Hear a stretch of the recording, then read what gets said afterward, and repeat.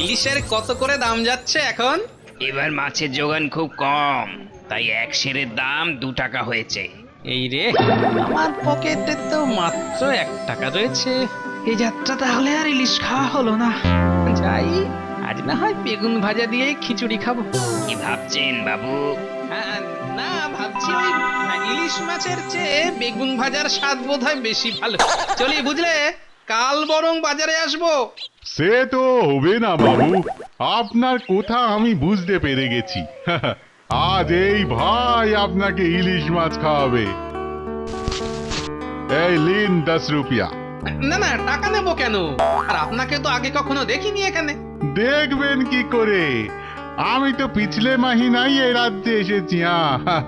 বেনারস থেকে। আমার নাম শ্রী বেচুরাম বাটলিওয়ালা। আমাকে আপনি নিজের ভাই মনে করতে পারেন। কারো দুঃখ কষ্ট আমি সহ্য করতে পারি না দাদা। এই নিন 10 রুপিয়া, পেট পুরে মছলি খান, বাস। না না না না না, তা হয় না, তা হয় না। এইসব ধার বাকির ব্যাপারটা আমার ঠিক ভালো লাগে না, বুঝলেন? ও ইলিশ মাছ না খেলেও আমার চলবে। না করবেন না, না করবেন না, হে আমার মিনতি আছে গো। আচ্ছা, টাকা না হয় নিলাম, কিন্তু ফেরতের ব্যাপারটা? আরে কই বাত নেই দাদা, ভগবানের দয়ায় আমার অনেক রুপিয়া আছে, আরো হবে, পরে ওটা আমাকে ফেরত দিয়ে দেবেন, কেমন? আচ্ছা ঠিক আছে, আমি সামনের মাসের টাকা পেলেই আপনার এই টাকা ফেরত দিয়ে যাবো। হ্যাঁ আচ্ছা দাদা, আচ্ছা, ভগবান আপনার ভালো করুক। হ্যাঁ,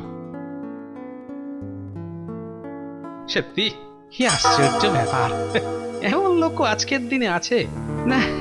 এত ভাবতেই কেমন যেন কষ্ট হয়।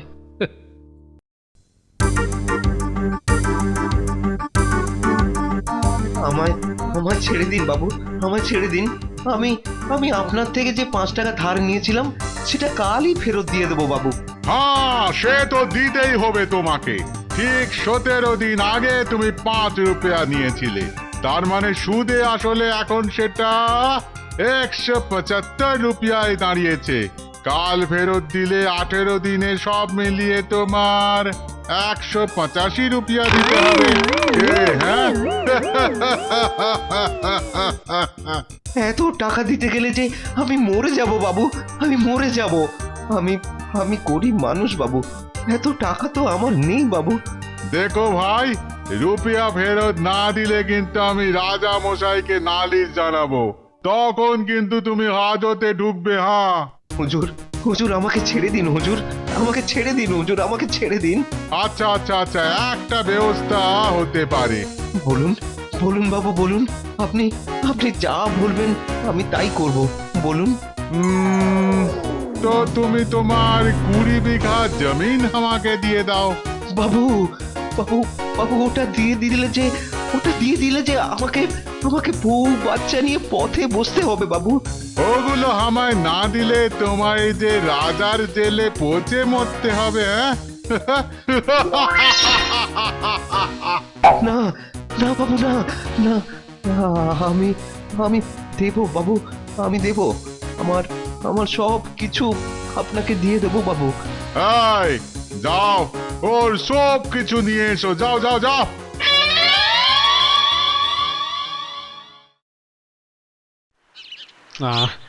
সত্যি গিন্নি, মাস পয়লায় মাইনেটা হাতে এলে মনটা একেবারে জুড়িয়ে যায়। তার সঙ্গে তোমার হাতে তৈরি এই কচি পাঠার ঝোল। তা দেখি, আর 2 টুকরো মাংস দাও তো আমায় দেখি। এই রে, এর সময় আবার কে এলো বলো দেখি, দেখো তো গিন্নি। দেখছি দেখছি দেখছি। মহাজন শ্রী বেচুরাম বাটলিওয়ালা আমাদের পাঠিয়েছেন। গোপাল বাবু কোথায়? বেচুরাম বাটলিওয়ালা মহাজন? ও, এ তো সেই লোক যে আমায় দিন 15 আগে 10 টাকা দিয়েছিল ইলিশ মাছ কেনার জন্য। কিন্তু সেই লোকটা মহাজন লেঠেল পাঠিয়েছে আমার বাড়িতে। এটা খুব একটা সুবিধের ব্যাপার বলে মনে হচ্ছে না। দেখি তো গিয়ে কি ব্যাপার বলো তো। বেচুরাম বাটলিওয়ালা বলে দিয়েছেন যে ধারের টাকা সুদ সমেত আজ বিকেলের মধ্যেই উনাকে ফেরত দিতে হবে। সে খবরটাই আপনাকে জানিয়ে গেলাম গোপাল বাবু। আচ্ছা বেটা, এই ছিল তোমার মনে, হ্যাঁ? সুদ সমেত টাকা ফেরত নেবে বলেই সেদিন তুমি তাহলে অত আদিক্ষেতা করে আমায় ইলিশ কেনার জন্য 10 টাকা দিয়েছি, হ্যাঁ? আচ্ছা, বিকেলে গেলেই বেটার মতলবটা আরো ভালো করে বোঝা যায়। গোপাল গোপাল গোপাল বাঁচাও দাদা, বাঁচাও বাঁচাও দাদা, বাঁচাও। আহ, আমি মরছি নিজের জ্বালায়, এখন আবার তা কি হয়েছে কি তোমার, হ্যাঁ? ওই মহাজন আমাকে সর্বশান্ত করে দেবে গোপাল, সর্বশান্ত করে দেবে। তোমায় তোমায় কিছু একটা করতে হবে গোপাল। তুমি আমাকে রক্ষা করো, তুমি আমাকে রক্ষা করো। আরে দাঁড়াও দাঁড়াও, আরে ওই লোকটা তো আমার পিছনেও লেগেছে, তার মানে ব্যাটার কাজই হলো এই, হ্যাঁ? আচ্ছা, কি করা যায় কি করা যায়, ভাবি ভাবি ভাবি। ঠিক আছে, আগে ব্যাটার সাথে কথাটা তো বলে দেখি।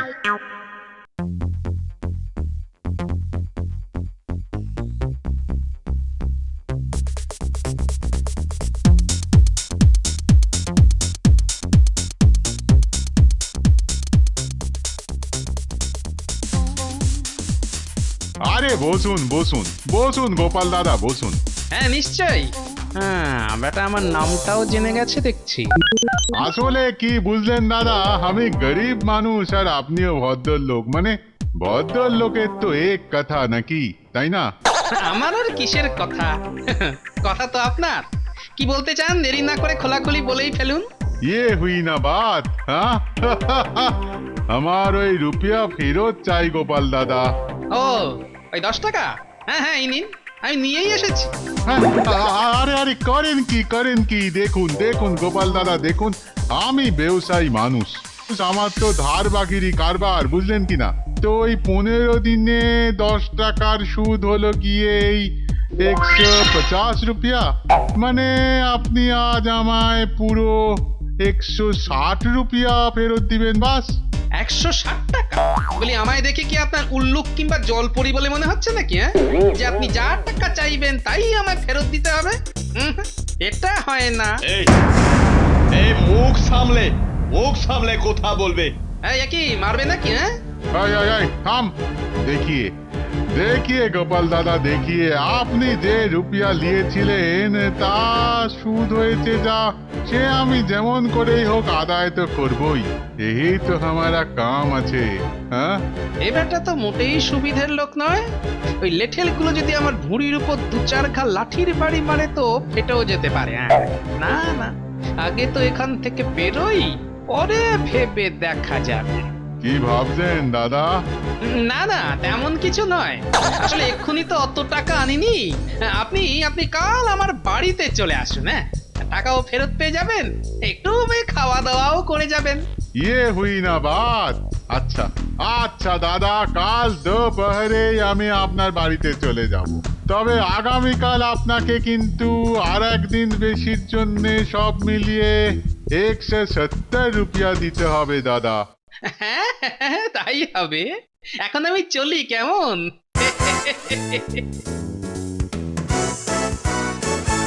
আমি খোঁজ নিয়ে জেনেছি ওই গোপাল নাকি বহু চালাক আদমি আছে, ওকে জব্দ করলে সবাই আমাকে ডরাবে, হ্যাঁ?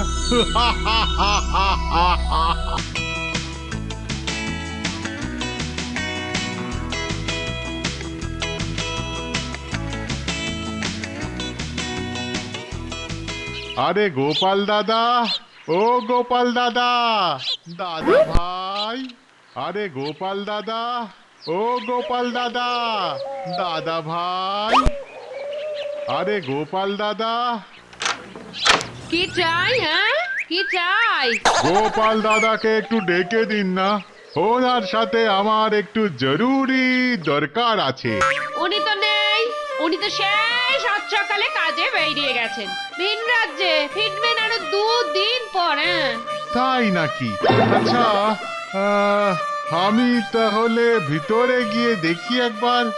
এই এই এই এই, ভেতরে যাওয়ার চেষ্টা করবেন না, বেশি তাড়াং বেড়াং করো না, বলেছি নেই, ব্যাস নেই, আমার কথাই এই বাড়িতে শেষ কথা, হ্যাঁ?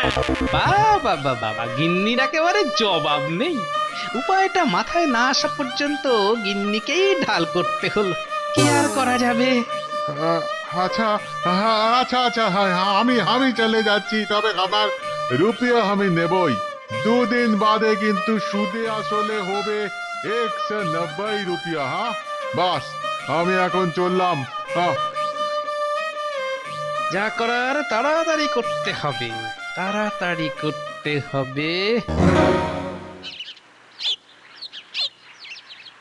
গিন্নি, আমি একটু রাজপ্রাসাদে যাচ্ছি, দুপুরেই ফিরে আসবো।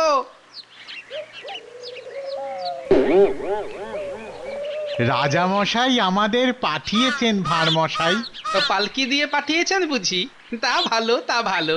না ভাঁড়মশাই, মহারাজ আমায় পাঠিয়েছেন আপনাকে বেঁধে রাজসভায় নিয়ে যাওয়ার জন্যে। বটে, জল তাহলে বেশ তাড়াতাড়ি গড়াচ্ছে। চলো দেখি।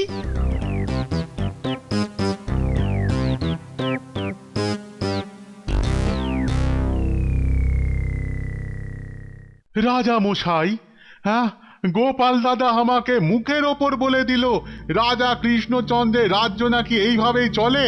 হ্যাঁ গোপাল দাদা যেহেতু রাজার লোক, তাই সে রুপিয়া ফেরত না দিলেও কারুর কিছু বলবার ক্ষমতা নেই।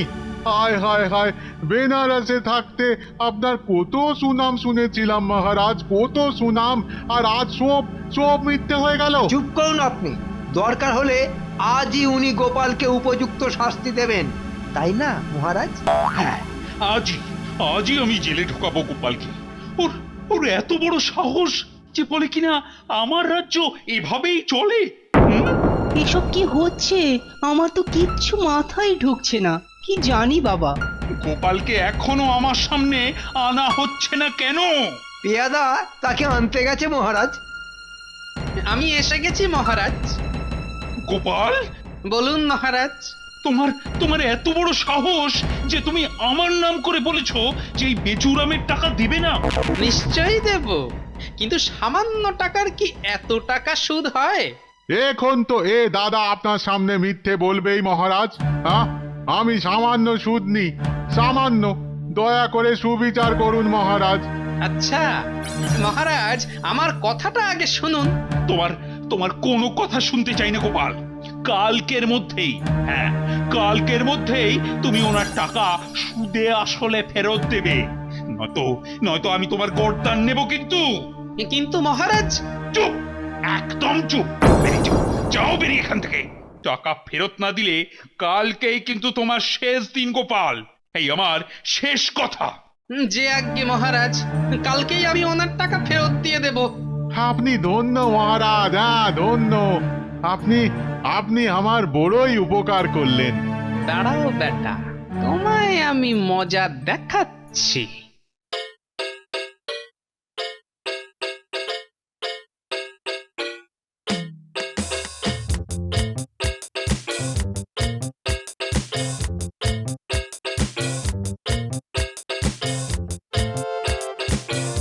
ওই হে বেচুরাম, এই যে আমি চলে এসেছি তোমার টাকা ফেরত দিতে।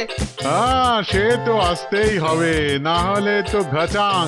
দিন দিন দিন আমার টাকাগুলো দিন, মানে সুদে আসলে 190 রুপিয়া ফেরত দিন দেখি। এই নিন।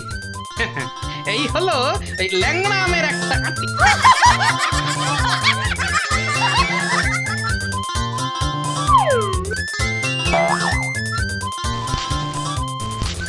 এই দিলাম পুঁতে, ব্যাস 3 বছর বাদেই এর থেকে আপনি আপনার টাকা ফেরত পেয়ে যাবেন। মানে আচ্ছা, আমার সাথে চালাকি করলে তার ফল কিন্তু মোটেও ভালো হবে না, এই আমি বলে দিলাম। না না, চালাকি কেন হবে, সত্যিই ভালো ফল হবে। তাহলে এবার আমি চলি। আচ্ছা হ্যাঁ হ্যাঁ, আমিও দেখে নেবো কত ধানে কত চাল, আমিও দেখবো।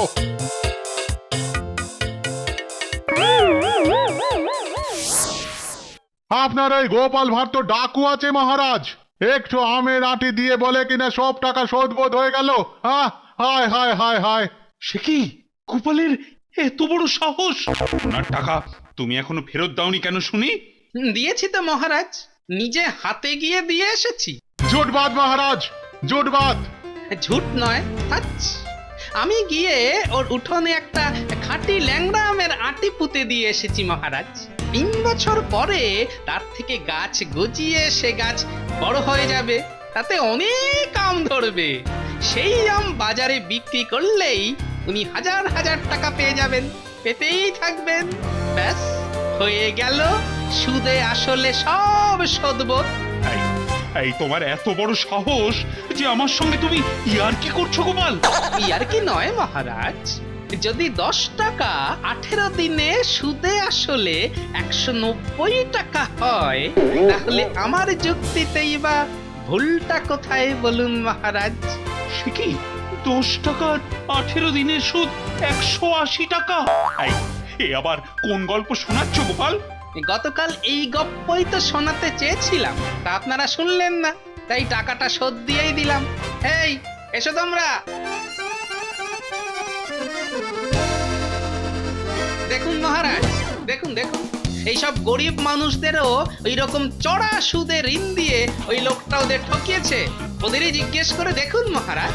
তাই নাকি? হ্যাঁ মহারাজ, ওই লোকটা মিথ্যে বলে বেশি সুদ নিয়ে আমাদের আমাদের একবারে পথে বসিয়ে দিয়েছে। কি এত বড় সাহস আমার রাজ্যে চিটিংবাজি? এ কি গেলো রে বাবা, এই ফাঁকে কেটে পড়ি। ওরে বেটা জোচ্চোর, উজবুক শয়তান, গরিব লোকের টাকা মেরে তুই পার পাবি পেয়েছিস। পড়ো বেটাকে গারদে পড়ো এক্ষুনি, যার যা নিয়েছে সব ফেরত নিয়ে এসো এক্ষুনি। জয় গোপালের জয়, জয় গোপালের জয়। একেই বলে বুদ্ধির আঁটি।